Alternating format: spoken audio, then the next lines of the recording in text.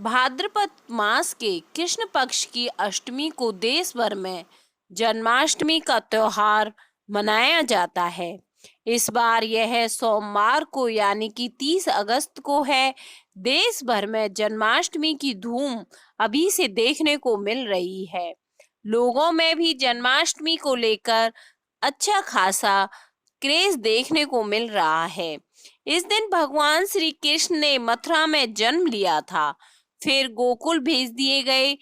जन्माष्टमी पर लोग व्रत रखते हैं और रात्रि 12 बजे बाद उन्हें स्नान करवाकर नए वस्त्र और गहने पहनाए जाते हैं।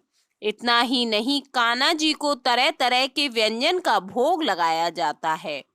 इस दिन कान्हा जी को 56 भोग लगाने की परंपरा है। क्या आप जानते हैं यह परंपरा कब शुरू हुई? उन्हें 56 भोग क्यों लगाए जाते हैं? भगवान श्री कृष्ण की माता यशोदा उनके 8 पहर यानी कि दिन में 8 बार खाना बनाकर अपने हाथों से खिलाती थी। एक बार ब्रजवासियों ने इंद्रदेव को प्रसन्न करने के लिए तरह तरह के पकवान बनाए। ये देखकर श्री कृष्ण ने नंदलाल से पूछा कि ये सब किसके लिए किया जा रहा है। तो उन्होंने बताया कि ये इंद्रदेव को प्रसन्न करने के लिए किया है, ताकि वो खुश होकर अच्छी बारिश करें और अच्छी फसल हो। लेकिन श्री कृष्ण को यह बात कुछ समझ नहीं आई और उन्होंने कहा कि इंद्रदेव का काम ही बारिश करना है, तो उनकी पूजा क्यों करनी? बल्कि अगर पूजा करनी है तो गोवर्धन पर्वत की करो, क्योंकि इससे फल सब्जियां मिलती हैं, पशुओं को चारा मिलता है। ब्रजवासियों को श्री कृष्ण की बात सही लगी और उन्होंने गोवर्धन की पूजा शुरू कर दी। ब्रजवासियों को ऐसा करता देखकर इंद्र को बहुत गुस्सा आया और उन्होंने गुस्से में तेज बारिश कर दी। सब जगह पानी पानी हो गया। ऐसे में गांव वालों को इस कहर से बचाने के लिए श्री कृष्ण ने गोवर्धन पर्वत को अपनी एक उंगली से उठा लिया और पूरे ब्रज की रक्षा की। भगवान श्री कृष्ण ने 7 दिन तक अपनी उंगली पर गोवर्धन पर्वत को उठाकर रखा और 7 दिन तक कुछ नहीं खाया। 8वें दिन बारिश रुकने पर उन्होंने ब्रजवासियों को गोवर्धन पर्वत से बाहर निकाला। 7 दिन तक खाना न खाने के कारण माता यशोदा और अन्य ब्रजवासियों ने मिलकर भगवान श्री कृष्ण के लिए व्यंजन का प्रबंध किया।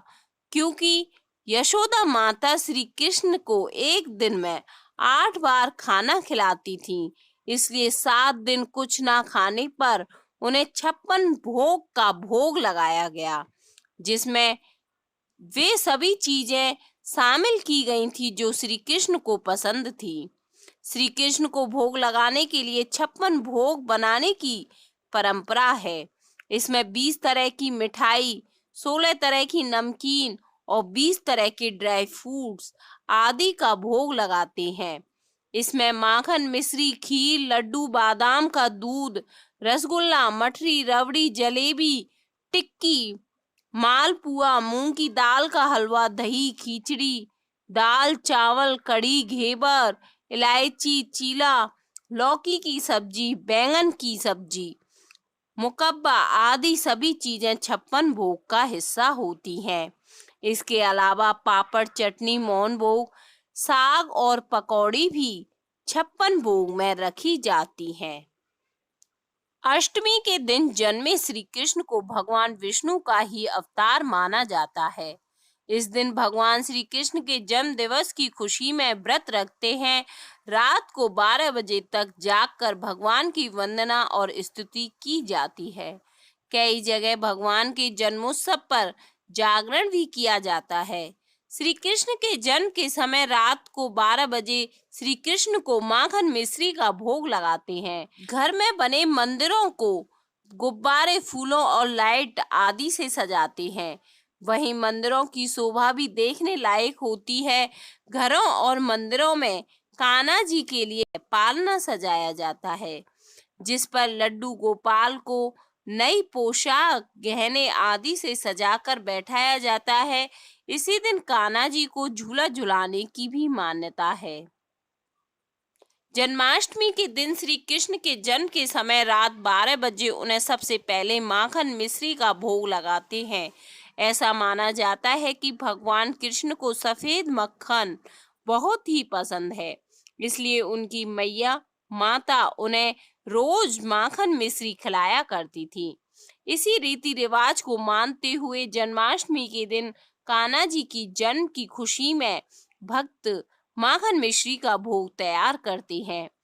माखन मिश्री का भोग बहुत जल्दी और आसानी से बन जाता है, इसलिए इसे कुछ ज्यादा करने की जरूरत नहीं होती। सफेद मक्खन में मिश्री के दाने मिलाकर कान्हा जी को भोग लगा सकती हैं।